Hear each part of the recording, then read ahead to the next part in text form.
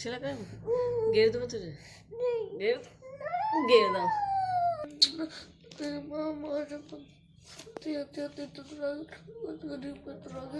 मैं नहीं चाहता कि आपको कुछ हो जाए। मैंने कि बेटा मैं खुद नहीं चाहती सच में ना।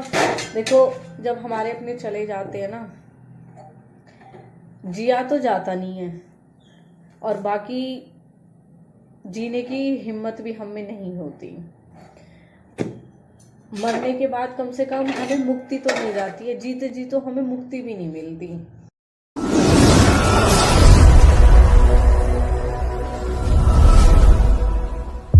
सभी को welcome to Preeti Tanwar blog. कैसे हो आप सब? आशा करती हूँ आप सब बिल्कुल ठीक होंगे। बाबा मून राम की कृपया आप सब पे बनी रहे।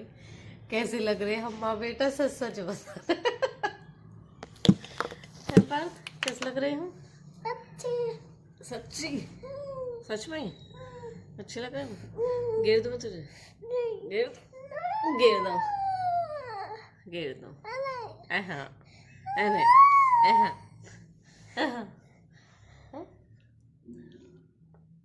दूध भी आ गया। चलो अब हम चलते हैं पार्थ को नहवाने के लिए। ठंडे हाथ हटाओ।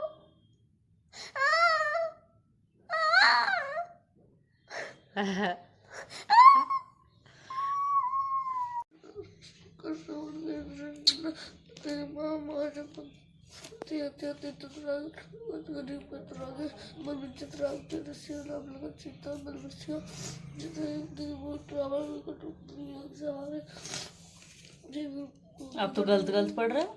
लोग डरावे के सोच सहारे के बाद सहारे पर बाहर जान कोई लावे तो बहुत बड़े बात से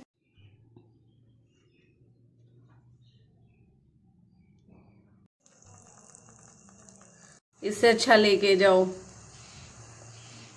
यहाँ मैं बना रही थी फटाफट से बच्चों का लंच, और आज इनको नहीं लेके जानी है रोटी सब्जी, तो मैंने कहा चलो फटाफट कुछ ऐसा बना देती हूँ। तो मैंने जल्दी से बना लिया चीला का पेस्ट। पता नहीं आप सब कैसे बनाते हो। मैंने तो इसमें पनीर और प्याज और धनिया लिया है और इस तरीके प्रेस के साथ रख के आई हूँ। आपको दिखता नहीं है तो मैं क्या कर सकती हूँ? दिखा है नहीं दिखा आपको? आके देख लो। चलो चलो देख देख मैं दिखाती हूँ। लाइट ऑन करो।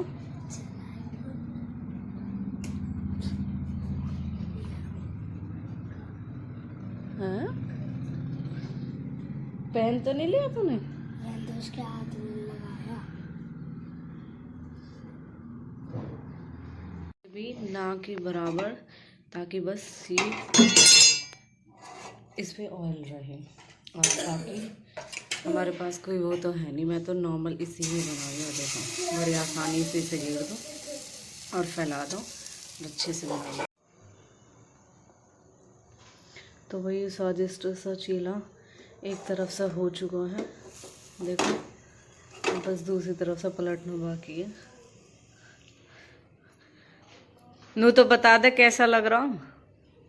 वैसे तो मुँह बता तो तुझे पसंद तो आती ना होगा एक चीज़। देखियो हाँ ना में जवाब ना, अच्छा बुरा हाँ ना, झूठी तारीफ दिल से तारीफ।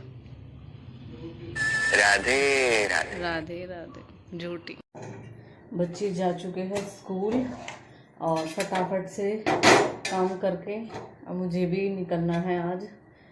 आज मैं आप सबको दिखाऊंगी। अब आप सबने सुबह देखा, मतलब ये लगा लो, अगर पार्थ से प्यार करूं तो दक्ष नाराज, अगर दक्ष से प्यार करूं तो पार्थ नाराज। भाई दो बच्चों में ये प्रॉब्लम होती है, समझ नहीं आता बच्चों का तो मुझे ऐसे क्यों करते हैं, जबकि माँ को तो बच्चे जी जान से प्यारे होते हैं। अगर हम 5 बहन भाई हैं और हम में भी मम्मी पापा सबको बहुत प्यार करते हैं, होता है कि एक बच्चा लाडला होता है।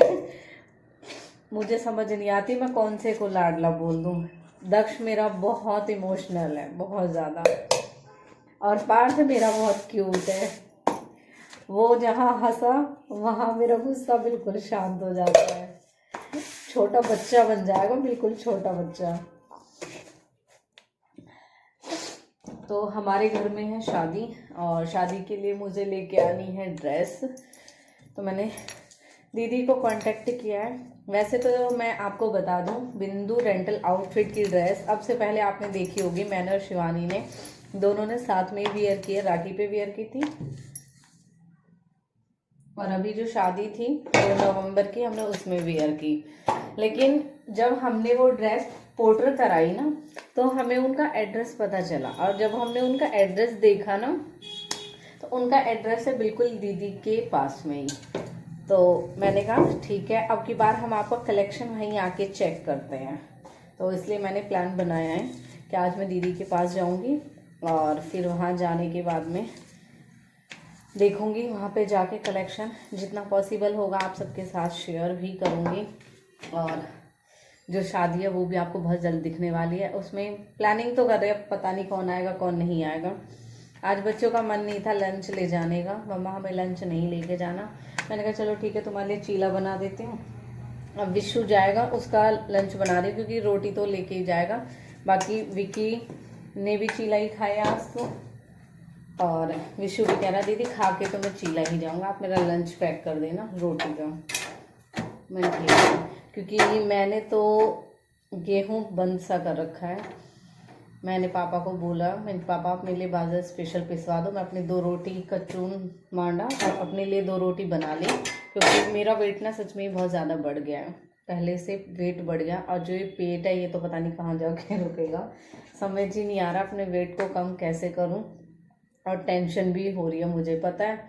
मैंने अपनी इस वेट वाली प्रॉब्लम को इतना डीपली ले लिया ना, कि परसों मेरे साथ आप भी सुनोगे तो अचंभित रह जाओगे।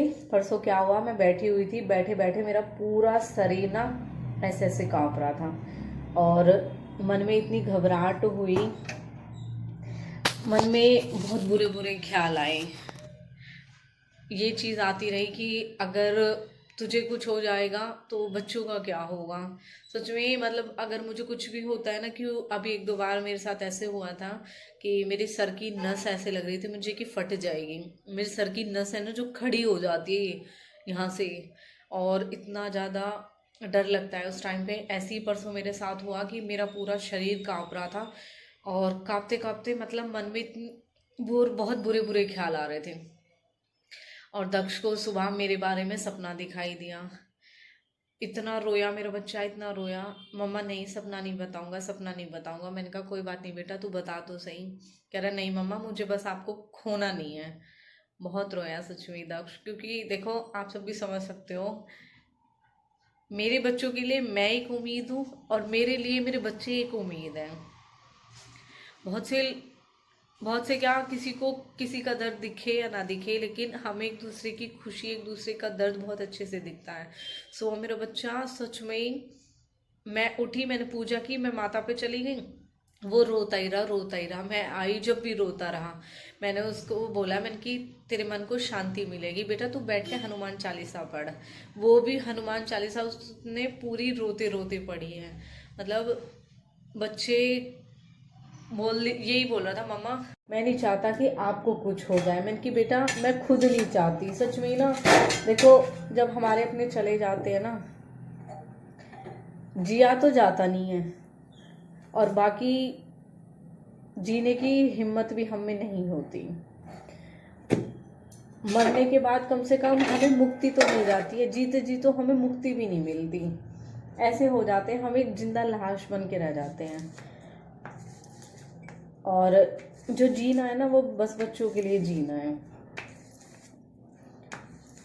उम्मीदों के मरे बैठे हैं वाक्य में ही, और उम्मीदों पे ही जी रहे हैं। सारी बातें ये नहीं होती कि कहीं देखी हुई हो, कुछ हो। जो अंदर से हमारे इमोशन निकलते हैं ना, वो अलग ही होते हैं। और जब हम उस चीज़ को लेके बैठते हैं ना, तो हम अपने आप को रोक नहीं पाते हैं। सच में मेरे बच्चे की ये लफ्ज़ सुन के ना कि मम्मा मैं आपको खोना नहीं चाहता। मेरा दक्षु बहुत इमोशनल है, मतलब कह तो पाता ना, लेकिन बहुत ज़्यादा सोच है, बहुत डीपली सोचने लगा। और अब जैसे जैसे बड़ा हो रहा है ना दक्ष, मैं देख रही हूँ कि अब के बर्थडे के बाद उसमें बहुत चेंजेस आए हैं। मतलब बहुत समझ है हर चीज़ के लिए ना, कोई भी चीज़ होएगी ना, पहले मुझसे पूछेगा मम्मा ये चीज़ हो जाएगी, मम्मा ये चीज़ कर लेंगे, ये चीज़ खरीद लेंगे, ये चीज़ है मम्मा, पैसे हैं। मतलब अब बच्चे इनकी तरह ना जिद ना करता, डायरेक्ट किसी चीज़ है ना बोलता, अब सोच समझ के चीज़ों को बोलने लगा। जबकि मैं नहीं चाहती अपने बच्चों से कि उनके ऊपर इतनी छोटी उम्र में किसी भी चीज़ का कोई प्रेशर हो। बच्चे हैं, अपने लाइफ अच्छे से जियो। सच में ही हमने खुद अपने मम्मी पापा के राज में, जिस टाइम हमारी शादी हुई ना, कोई प्रेशर ना आया हम पे। और ये पॉसिबल होता है माँ और बाप की छाया में। बाकी अगर किसी का हाथ हमारे सर से उठ जाना तो बहुत मुश्किल हो वो लाइफ को काटना, बहुत ज़्यादा मुश्किल हो। जब हमें शादी हुई ना, मैंने तो किसी चीज़ में ये भी ना सोचा कि मुझे ये चीज़ ना लेनी, जो चीज़ पसंद आई वो लेनी है, क्योंकि ऐसी टेंशन ही नहीं, टेंशन फ्री है। कभी मम्मी पापा ने या चीज़ में चाहे खुद कितना ही कॉम्प्रोमाइज़ करा हो उन्होंने, लेकिन हमें किसी चीज़ में कॉम्प्रोमाइज़ ना करनी थी। कह दी जिस चीज़ पे हाथ रख देंगी ना, बेटी इनके लिए तो स्पेशली है हमारे घर में, जो चीज़ कह दोगी ना वही चीज़ होएगी। तब मैं ये सोचूं, जब मेरा बचपन इतना अच्छा आया, 18 साल तक मेरे मम्मी पापा ने मुझे किसी भी चीज़ का स्ट्रेस ना लेने दिया, मैं भी नहीं चाहती कि मेरे बच्चे किसी भी स्ट्रेस में रहें। इसलिए उनके साथ हंसते खेलते, अब देखा आपने मैंने व्लॉग भी ना बनाया, संडे तो मैंने स्पेशली कर दिया बच्चों के लिए कि सब कुछ भाड़ में जाओ, सबसे पहले अपने बच्चे हैं। ये ना रील व्लॉग एक अलग चीज़ होगी, रियल लाइफ एक अलग चीज़ है, तो उस पर भी फोकस है हमारा। ऐसा ना हो कि हम हर टाइम रील या व्लॉग पे ही फोकस करें, नहीं। ठीक है, हो जा, अब इंटरेस्ट है इस पर है, लेकिन अलग चीज़, बच्चों के साथ अलग वाली लाइफ है। उनको टाइम, उनका प्यार, उनके साथ दोस्त बन के रहना, मम्मा बन के रहना, दीदी बन के रहना। बच्चे तो मुझे दीदी बोले, मेरे पार्ट तो मुझे दीदी बोलेगा, दक्ष मेरा मुझे भाभी बोलेगा अपनी बुआ की वजह से। मतलब बच्चों के साथ सारे रिश्ते ठीक है, ये चीज़ होनी चाहिए, क्योंकि हर रिश्ते में अंडरस्टैंडिंग बहुत ज़रूरी है। मैंने अपने फिर दक्ष बहुत प्यार से समझाया, मैंने बेटा मैं तो मम्मा हूँ, फ्रेंड हूँ आपकी, जो भी कोई बात है बेझिझक होके बोल दें, क्योंकि कई बार हमें बुरे सपने दिखाई दे, किसी को मरना दिखाई दे जावे तो कहे उसकी उम्र बढ़ जावे, इसलिए आज वो इतना रोया हो भाई। सच में बच्चे को दुख देख के मैं खुद परेशान हो गई। चलो मैं फटाफट से रेडी होके निकलूँगी, फिर आप सबके साथ ब्लॉग शेयर करूँगी। आज सोचा है कि अब शादी है ही 1-2 दिन में, तो जल्दी से जाकर अपनी आउटफिट क्लियर कर लेते हैं, क्या पहनना क्या नहीं, और फिर दिखाएंगे आप आगे। जुड़े रहे ऐसे ही, मैं बना लेती हूँ फटाफट से खाना और फिर मैं निकलूँगी। तो जैसा कि आप सबने मिनी व्लॉग में देखा होगा, ये मैं घर से यहाँ पे निकल गई। मैं ज़्यादा फुल व्लॉग के लिए वीडियो बना नहीं पाई, क्योंकि मैंने आपको अब से पहले भी बोला है कि दोनों व्लॉग को एडजस्ट करना मेरे लिए बहुत मुश्किल हो जाता है।